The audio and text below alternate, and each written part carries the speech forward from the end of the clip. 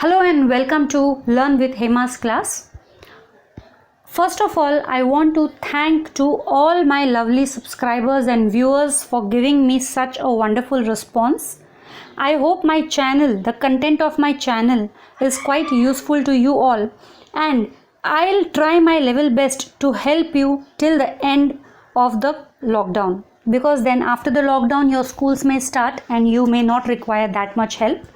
But due to this, the students are not able to go to school, or the students are not able to go to tuitions, and maybe it's possible that the parents are also unaware or they also lack knowledge in the particular subject.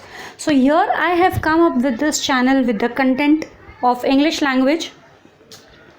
So I hope this finds very useful to you. So today I am going to do the appreciation of the poem The Pilgrim from class 8. English subject from class 8, and it's in the first unit 1.3. So this point wise you have to write the appreciation. In the last appreciation also I have given you the point wise method only. In 8th standard you have to follow the point method only, point form only. So the very first point is poem and poet. You simply have to write the name of the poem and the poet's name. So it's The Pilgrim by Anonymous. Secondly, you have to mention the theme. The second point is theme. So this poem gives a strong message to be unselfish and pave way for the inexperienced following the same route after them. So here, I hope this is clear to you all. This poem gives a strong message to be unselfish and pave way for the inexperienced following the same route after them. So this is the theme. I have written in very short manner. If you wish, you can add your own words also to the theme if you understand the poem. Tone. The tone of the poem is serious. Of course, serious talk is going on in the poem, so this tone is serious. It's not humorous. Structure in stanzas. You can find there are 3 stanzas in the poem of unequal length. First stanza consists of 7 lines. Second stanza 6 lines, and the third stanza 8 lines. Then the next point we come to is rhyme and rhythm. First stanza, the rhyming is A B C C B B. Second stanza is D D A B B, and third stanza is E A F F C C. See, now this rhyming scheme I have given you in a continuous format. Your school teachers may ask you to write the rhyme scheme of each paragraph or each stanza individually. So you can do accordingly also. I have given in continuation of the entire poem, but you can write it accordingly also. For example, the first stanza have the rhyming scheme A B C C B B. Second stanza you have A B B C C, and then third stanza you have A B B C C D D, like that. So if individual paragraph wise you take, then that will be your rhyming scheme. Then lastly, language and imagery. The narrative is directly addressed to the people.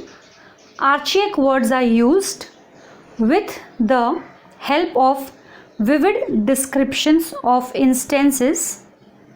A strong message is conveyed. So this is language and imagery. So in this language, very simple language is used, and there is a direct address of this narration. So the narrative is directly addressed to the people. There is a direct address. And archaic words are used. Archaic words means old English words are used over here in this poem. With the help of vivid descriptions of instances. Instances means incidences which takes place in the poem. So it's a description. Vivid description means you can imagine that there was a chasm which was deep and wide, and how that man crossed, and now how that man stopped and he started building a bridge across the chasm. So you can imagine yourself in that way. So with the help of vivid descriptions of instances, a strong message is conveyed. Now figures of speech, last point would be various figures of speech are used in the poem for poetic effect. Various figures of speech are used in the poem. As I said, you have to mention the figures of speech, all the figures of speech which are there in the poem, but you can explain a few of them or one or two of them if you know.